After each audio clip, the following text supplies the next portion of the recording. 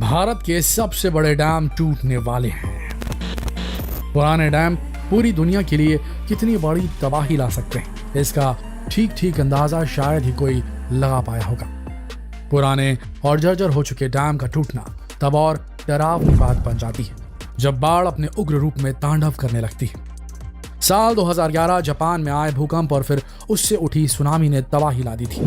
Fukushima nuclear reactor को नुकसान पहुंचा, रिएक्टर से रिसाव शुरू हो गया, लाखों लोगों की जान पर बनाई। 2005 में पड़ोसी देश पाकिस्तान के बलूचिस्तान में जबरदस्त बारिश की वजह से शकीडोर बांध टूट गया, जिसमें जानमाल का भारी नुकसान हुआ। भारत में भी साल 1979 में डैम का टूटना बड़ी तबाही की वजह बना। गुजरात के मोरबी में भी एक पुराना डैम भारी बारिश और बाढ़ की भेंट चढ़ गया। बांध टूटने से ऐसी तबाही आई जिसके बारे में कभी किसी ने सपने में भी नहीं सोचा था। डैम टूटने की वजह से करीब 5000 लोग मारे गए थे। इन सब के अलावा 6 साल पहले भारत नेपाल सीमा पर कोसी नदी पर बना बांध भी टूट गया। बांध टूटने की वजह से हजारों लोगों को बेघर होना पड़ा। इन सभी घटनाओं को देखकर सुनकर जहन में एक सवाल बार बार कौंधने लगता है कि क्या भारत के डैम सुरक्षित है। ये सवाल इसलिए भी अहम है क्योंकि देश के 100 से ज्यादा बांध 100 साल से भी ज्यादा पुराने हैं। तो दोस्तों, आज इस वीडियो के जरिए हम आपको भारत के पुराने बांधों से होने वाली तबाही के बारे में बताएंगे। साथ ही बताएंगे कि जिसका पड़ोसी चीन जैसा चालबाज हो, जो नदियों की धारा भी अपने हिसाब से मोड़ देता हो, मौसम पर भी अपना पूरा कंट्रोल हासिल करने में लगा हो, उस देश को तो और भी सतर्क रहने की जरूरत है। तो ये जानने के लिए कि कैसे चीन भारत की चिंता को बढ़ा सकता है, आप इस वीडियो के अंत तक हमारे साथ जरूर बने रहिए।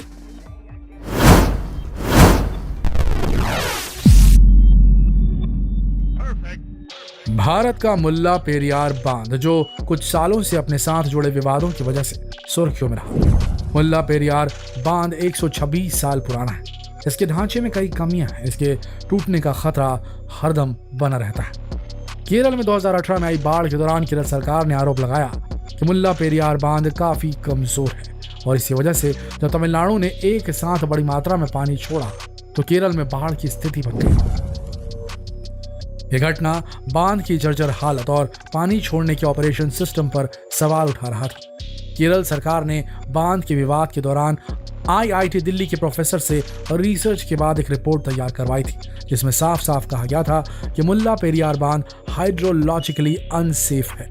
लेकिन तमिलनाडु सरकार ने बांध को बिल्कुल ठीक बताया। हालांकि देश में बांधों के रखरखाव का जिम्मा संभालने वाली संस्था यानी केंद्रीय जल आयोग ने केरल सरकार की रिपोर्ट को खारिज कर दिया था। बात वहीं की वहीं रह गई, कोई समाधान निकाला नहीं गया, क्योंकि भारत में किसी भी बांध का इस्तेमाल बंद करना आसान बात नहीं। पहले विकल्प ढूंढे जाते हैं, फिर उस पर विचार विमर्श होते हैं। तब तक कई पुराने बांध अपने अंजाम तक पहुंच चुके होते हैं। इस मामले में भी अगर केरल सरकार की बातें सही साबित हुई तो जिम्मेदार कौन होगा, इसका जवाब किसी ने नहीं दिया, ना ही कभी किसी ने पूछा ही उनसे। National register for large dam के मुताबिक भारत के लगभग 1200 डैम हैं जो सुरक्षा के लिहाज से खतरे के निशान पर है। United Nations university institute for water environment and health के मुताबिक सैकड़ों साल पुराने बांधों को उभरता हुआ वैश्विक खतरा बताया जा रहा है। South Asian network on dam reverse and people के कोऑर्डिनेटर हिमांशु ठक्कर ने कहा कि रिपोर्ट पूरी दुनिया में बड़े बांधों को लेकर मंडराते खतरे की चेतावनी है। भारत को भी इसके बाद सतर्क हो जाना चाहिए। भारत के बांध खतरे के निशान पर इसलिए भी हैं क्योंकि एक बड़ी संख्या में बांध कंक्रीट के बजाय मिट्टी से बने हुए हैं। इसीलिए इन बांधों की उम्र ज्यादा नहीं होती। एक वक्त बाद मिट्टी से बने बांध जर्जर हालत में दिखने लग जाते हैं। भारत में बांधों पर मंडराते खतरे की दूसरी वजह है लगातार बारिश होना। देश के ज्यादातर हिस्सों में एक तय वक्त पर ही बारिश होती है। इस वजह से पानी की मात्रा एक साथ कई गुना बढ़ जाती है और इसी वजह से बारिश का पानी बांध में उफनने लगता है, जिससे बाढ़ जैसी स्थिति बन जाना आम बात है। और ये बाढ़ का पानी जानमाल के साथ साथ बांध के ढांचे को भी भारी नुकसान पहुंचाता है। United Nations university institute for water की रिपोर्ट में कहा गया है कि भारत में अब तक फेल हुए 44% बांधों की वजह बाढ़ है। South Asian network on dam research and people के कोऑर्डिनेटर हिमांशु ठक्कर ये भी कहते हैं कि निचले इलाकों में रहने वाले लोगों की सुरक्षा के लिए बांधों का नियमित सेफ्टी रिव्यू और उनकी मरम्मत जरूरी है, लेकिन भारत में सेफ्टी रिव्यू की मजबूत प्रक्रिया नहीं है। समझ सकते हैं आप कि खतरा कितना बड़ा है और जरूरी इंतजाम कितने नाकाफी। डैम सेफ्टी बिल 2019 लोकसभा में पास हो चुका है। अगर ये बिल राज्यसभा में भी पास हो जाए तो फिर बांधों को लेकर केंद्र राज्यों को निर्देश देने की स्थिति में हो पाएगा।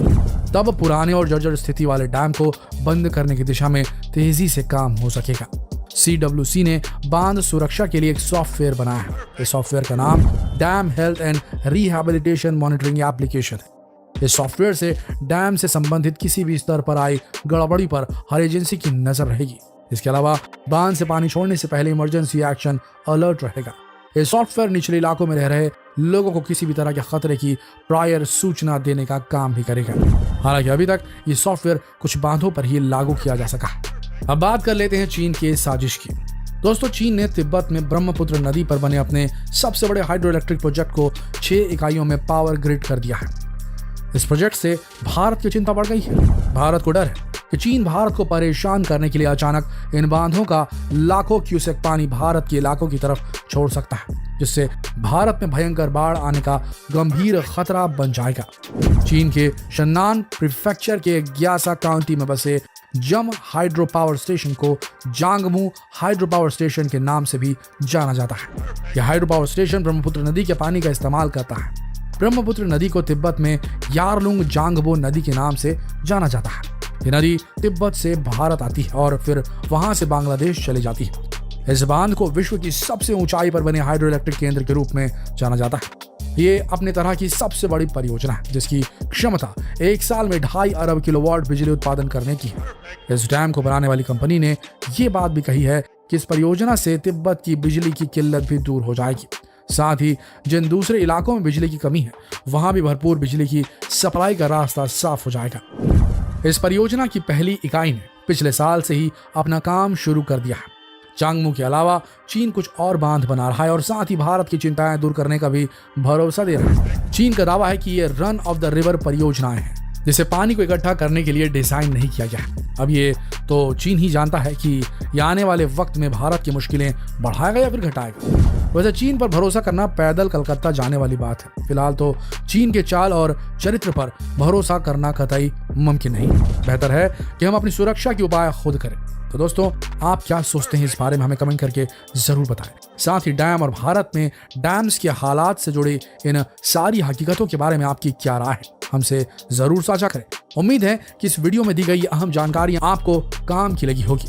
तो इस वीडियो का जितना हो सके उतना शेयर कीजिए, ताकि जिम्मेदार पदों पर बैठे लोगों तक हमारी बात पहुंच सके और इस गंभीर समस्या के समाधान की दिशा में जरूरी कदम उठाया जा सके। शेयर कीजिए इस वीडियो को फेसबुक पर, व्हाट्सएप पर, यूट्यूब पर। कल फिर मिलेंगे कुछ और दिलचस्प वीडियोस के साथ। तब तक के लिए आप सबका इस वीडियो के अंत तक बने रहने के लिए दिल से धन्यवाद।